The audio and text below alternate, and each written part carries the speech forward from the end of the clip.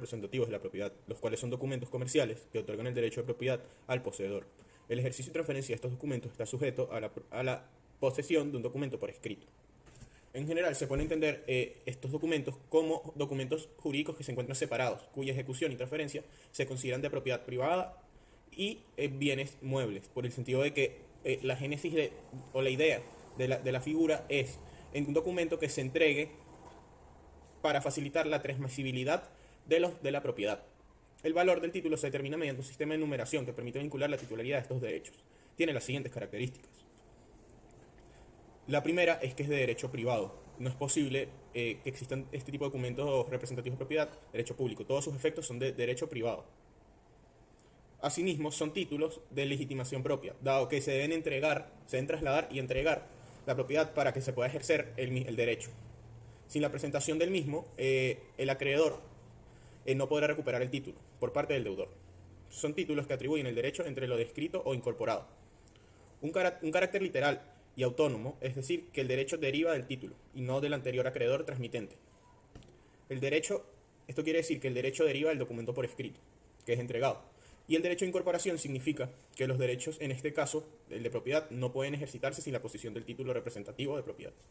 Cuando una persona deposita sus bienes o mercancías en un almacén general de depósito, este a su vez emite un certificado de depósito en el que acredita la titularidad del bien, así como la disponibilidad sobre el mismo del depositante. Este negocio jurídico que ocurre entre los almacenes generales de depósito y sus clientes es un contrato de depósito regular mercantil.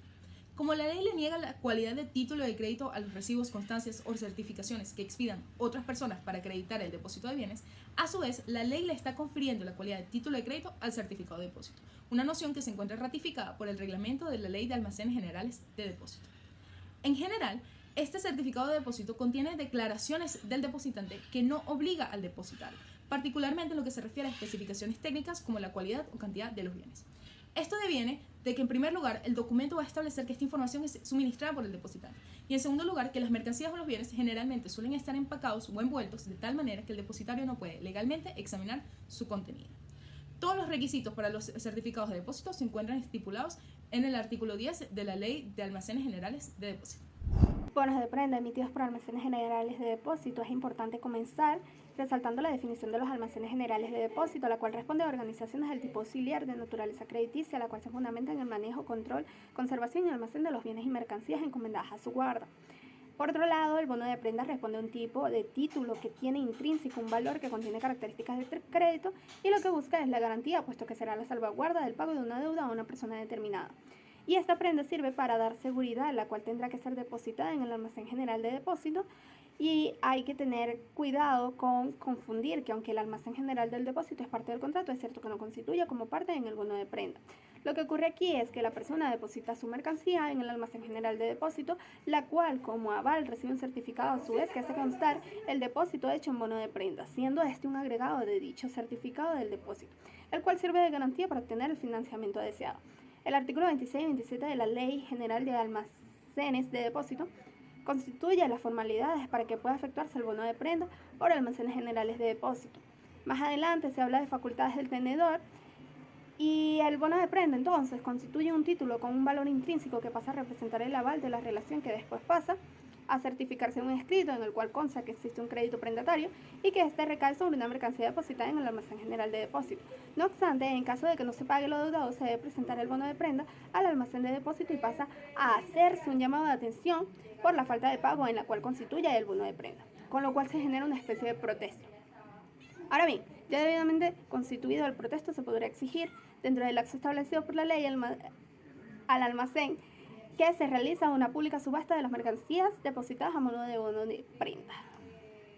La carta de porte es un documento o título de valor en el contrato de transporte, en el cual en esta carta se fijan las condiciones del contrato, así como los derechos y deberes de los sujetos que son parte de este, que son el porteador y el cargador. El porteador es el quien lleva los efectos, digamos, y el cargador es el encargado de llevar esa mercancía hasta el punto que se desea. Bueno, es importante que este documento sea entendido bajo tres ópticas, ya que este sirve para demostrar tres aspectos. Número uno, que el contrato ya existe y sirve como un documento para demostrar su existencia. Número dos, también sirve para demostrar un recibo, es decir, que el porteador recibió la mercancía y así se cree la responsabilidad en este de poder devolverlo en el estado en que se le recibió. Y está el tercer aspecto, que es la existencia de el título valor en sí. O sea, este documento demuestra un título valor en sí para facilitar los negocios de transferencia, como lo son la sucesión, las garantías, y así puedan intervenir terceros en este negocio. Los requisitos de forma de la carta de porte están estipulados en el Código de Comercio, y estos son el nombre, apellido y domicilio del porteador, el remitente y el consignatario. También debe estar estipulado la naturaleza, especie, cantidad, embalaje de la cosa que se va a transportar. También debe estar estipulado el precio del porte, y así como también el lugar en el que se va a recibir la mercancía, y también debe estar una indemnización a cargo del porteador si hay un retardo en la entrega de la mercancía, si llegase a estar estipulado. Carta. Cuando la carta de porte es a la orden al portador, el derecho de disponer de los objetos transferidos se transfiere mediante el endoso. También otro aspecto relevante es que el cargador puede dejar sin efectos el contrato siempre y cuando este no haya iniciado el viaje al conocimiento de embarque o Bill of Lading BL. El conocimiento de embarque, en un primer momento, es importante entender que supone la existencia de un contrato de transporte marítimo de una mercancía que va a ser transportada de un lugar a otro. Entendiendo esto, puedo mencionar de que el Bill of Lading en la legislación mercantil tanto internacional como la venezolana juega un papel fundamental, porque se supone el momento donde el capitán, que es la máxima autoridad de un buque, certifica de que ya la mercancía se encuentra efectivamente en el buque. ¿Y qué debe contener esta certificación por parte del capitán? Debe tener unas ciertas especificaciones que son las siguientes para ser considerada como válida. Primero, debe tener el nombre, dirección, teléfono, correo electrónico del exportador, receptor y el notificador del estatus del envío. Segundo, debe tener el nombre del buque y número de identificación del viaje. Tercero, debe tener todos los detalles de tránsito y número de licencia. Cuarto, debe tener el punto y país de origen. Quinto, debe tener la descripción detallada del envío. Y sexto, debe tener las instrucciones especiales. Si la mercancía llegase a tener unas instrucciones especiales, el Bill of Lading deberá determinarlo así. También puedo mencionar de que el Bill of Lading se encuentra definido en nuestra legislación en la Ley de Comercio Marítimo Venezolana, específicamente en el artículo 197, numeral 7, y establece que el portador se compromete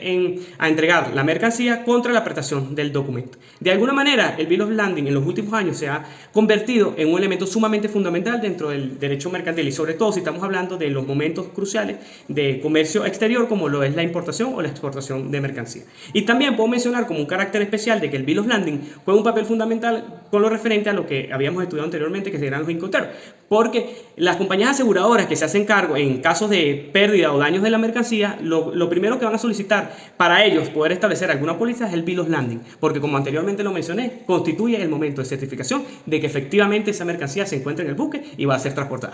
Los requisitos de circulación del bono de prenda y el certificado de depósito son los siguientes: la mención de ser certificado de depósito y bono de prenda respectivamente, número serial o de orden, nombre, profesión y domicilio del depositante, designación del almacén y firma del propietario o del representante debidamente autorizado, el lugar del depósito y fecha de otorgamiento de los certificados, especificaciones del artículo con mención de su naturaleza, cantidad y calidad, el estado actual de los artículos depositados y su precio aproximado, si es necesaria la mención de estar sujeto a los artículos depositados a algún derecho o impuesto, el nombre o razón social del asegurador, monto del asegurado y los riesgos asegurados, el importe de los gastos de almacenaje y las indicaciones del número de la fecha de la Gaceta Oficial en que hubiese sido publicada la autorización concedida por el Ejecutivo Federal para el establecimiento del almacén. Los requisitos de circulación de la carta de porte son los siguientes: nombre, apellido y domicilio del cargador o remitente, del porteador y del consignatario, la naturaleza, peso, medida o cantidad de los objetos que se remiten, el lugar de destino donde será la entrega, el plazo en que se efectuará, el precio del porte y la indemnización a cargo del porteador por algún retardo que se estipula. Los requisitos de circulación de la cosa del conocimiento de embarque son los siguientes: la naturaleza general de las mercancías, las marcas distintivos necesarios para su identificación, el estado aparente de las mercancías, el nombre y establecimiento principal del porteador, el nombre del cargador, nombre del consignatario si se ha suministrado por el cargador, puerto de carga y la fecha en que el porteador se ha hecho cargo de las mercancías en ese puerto, el puerto de descarga, el número de originales del conocimiento de embarque, el lugar de emisión del conocimiento de embarque, la firma del porteador, el valor del porte, la fecha o el plazo convenido y todo límite o límites superiores de responsabilidad que se hayan pactado por las partes. Con el artículo 10 de la Ley de Almacenes Generales de Depósito, los requisitos para el certificado de depósitos y bono de prenda son los siguientes: la mención de ser certificado de depósito y bono de prenda respectivamente, el número de serial o de orden, el nombre, profesión y domicilio de los depositantes, la designación del almacén y firma de su propietario, el lugar de depósito y fecha del otorgamiento de los certificados, la especificación de los artículos depositados con mención en su naturaleza, calidad y cantidad, el estado actual de los artículos depositados y su precio aproximado, el plazo de depósito, la mención de estar sujetos a los artículos depositados del pago de los derechos de importación, el nombre o razón social y domicilio del asegurador y el monto de seguro, además de los riesgos asegurados, el importe de los gastos de almacenaje y de los demás que se adeudan al almacén, la indicación del número y fecha de la Gaceta Oficial en el que hubiere sido publicada la autorización. Referente a la carta aporte, tienen que estar el nombre, apellido y domicilio del remitente, la naturaleza, peso, medida y cantidad del objeto, el lugar del destino, el plazo en el que ha de efectuarse, el precio del porte, la indemnización a cargo del portador por algún retardo. Y referente al conocimiento de embarque, tienen que haber el nombre del representante legal, fecha en la que la mercancía ingresa al buque, la descripción del buque, la dirección de dónde sale y su destino y las condiciones de carga, además de los detalles de la carga y los datos del consignatario. Les voy a hablar sobre los requisitos de extinción de los títulos representativos antes mencionados. Lo primero que debemos destacar es que cada uno de estos títulos tiene un elemento en común, y es que son aspectos accesorios que se derivan a consecuencia del nacimiento de un contrato en particular. Es decir, en la medida que exista el mencionado contrato, existirán los respectivos títulos, y en la medida que ese contrato se extinga, los títulos representativos seguirán su mismo destino. Es por los motivos antes expuestos que podemos pasar a hacer la siguiente distinción. En primer lugar, en lo relacionado al certificado de depósito y el bono de prenda, podemos decir que se tratan de dos elementos interdependientes, los cuales van a estar sujetos a la existencia de un contrato de depósito mercantil para que se generen los efectos. Es decir, si se extingue el contrato de depósito mercantil, por vía de consecuencia, el certificado y el bono de prenda siguen su mismo destino. Es decir, se dará la extinción de estos títulos representativos cuando se dé un contrato de depósito mercantil que haya empezado a generar efectos para las partes y que posteriormente a ello se dé el fallecimiento o inhabilitación del depositario. En segundo lugar, en el caso de la carta de porte se puede afirmar que se trata de un documento que va a depender de un contrato de transporte, el cual se va a regir por las disposiciones comunes del Código de Comercio, las cuales establecen que para que se produzca la extinción de la carta de porte es necesario que haya existido un contrato de transporte, que la resolución del contrato se haya dado por voluntad del cargador o por fuerza mayor y que no se hubiera iniciado el traslado como tal. En tercer lugar, cuando nos referimos al conocimiento de embarque, lo primero que salta a la vista es que va a estar condicionado a la existencia de un contrato de transporte por agua, el cual está regulado por la Ley de Comercio Marítimo y de la cual se deriva que se va a generar la extinción del contrato y por ende la extinción del conocimiento de embarque cuando existe un contrato de transporte por agua que haya sido resuelto por alguna de las partes del contrato y que dicha resolución se haya producido antes de iniciar el viaje, siempre y cuando cumpla con algunos de los aspectos que se derivan de las cláusulas contenidas en el artículo 274 de la Ley de Comercio Marítimo.